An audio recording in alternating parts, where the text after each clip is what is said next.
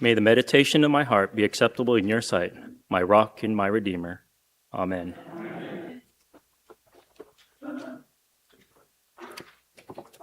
Good morning. So I got a little game, kind of seeing if you can kind of guess what my theme is here. So when people say something nice or do something nice for you, many Southerns will say, God bless you. When we're ready to eat food, we do what with it usually? Yes, we bless it. And when somebody sees, we say, God bless you. So as you can see, the common theme that I've selected is blessings. A blessing is a prayer for divine favor, approval, or consent. It can also welcome a stroke of good luck or fortune. The Genesis reading is a pericope set within a larger narrative of Jacob in his preparation to see his brother Esau and the anxiety he faces. In this reading, Jacob wrestles with a figure, whom we come to understand as God. They are at a stalemate. So, what does he do? Well, God, Naga, strikes his hip socket. But yet, Jacob is still defiant. He go ahead and ask him for what his name is. And he says, nothing. He just responds. But he also asks for a blessing. And we can see that Jacob is lying on the ground, maybe, while he's still wrestling with a figure, still full of defiance, because a blessing has not yet been given to him. He clings onto God's leg, maybe, and asks for his name. In that moment, Jacob is no longer Jacob. He is called Israel and receives God's blessing.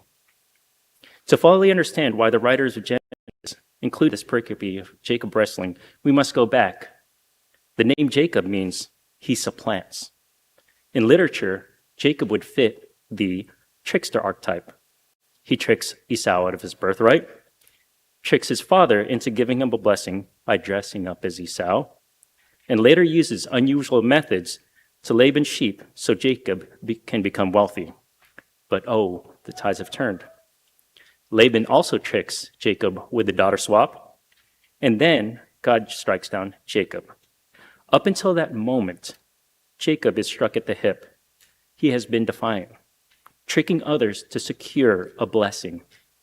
Even after being wounded, he remains defiant, but he also admits defeat. In what Frederick Buehner calls the magnificent defeat of the human soul at the hands of God, Israel's magnificent defeat shakes his soul. It reminds us of the elements of struggle: fear, darkness, loneliness, vulnerability, emptiness, exhaustion, and pain. These elements also shape our relationships with one another, especially when we ask for blessings, the blessings of marriage, birthdays, and travel. In marriage, we embrace the relationship we have with our spouse. Remember and celebrate the magnificent defeat of acknowledging that we love another person because they have touched our heart. We are no longer thinking of two separate individuals, but of a union in which two become one. We also remember the struggles that strengthen our relationship with our partner. Here at St. Christopher's, we remember our own magnificent defeat.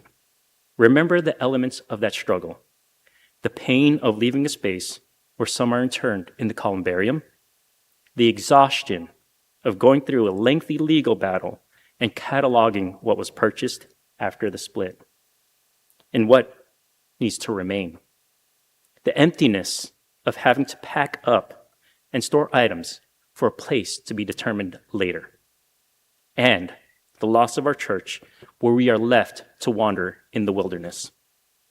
Yet, that struggle has also done for us a blessing.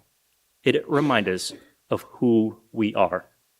In our defeat, we have stayed true to ourselves as a church and as saints. Instead of playing the trickster by stripping down the church, removing items, and hiding what matters to us, we chose to remain true to who we are. We also did something very bold before we left. Knowing full well that the old site might be turned over, we still upgraded the sanctuary. After being struck down, we received that blessing by landing here at St. Matthew's, where we are welcomed. We have come out of that magnificent defeat by growing our youth ministry, having Wednesday night book readings, forming a welcoming committee, having Bingo de Mayo and Hope Walla outgrow this space, that it needs to be moved out into the community, and projecting our presence into the community through gatherings at the old Pancake House, Rex's Bar and Grill, Pride Fest, and an upcoming Rangers game. We have become a place of blessing for those who seek to call a place a home. We have said, welcome, walk with us. As we look forward to the future, where we find a place, our own promised land, we must remember the blessing God gave to us through St. Matthew's and the blessing of Grace Lutheran. We must remember our defeat alongside of their own, so that together we can build an ecumenical space where all can be blessed. Amen.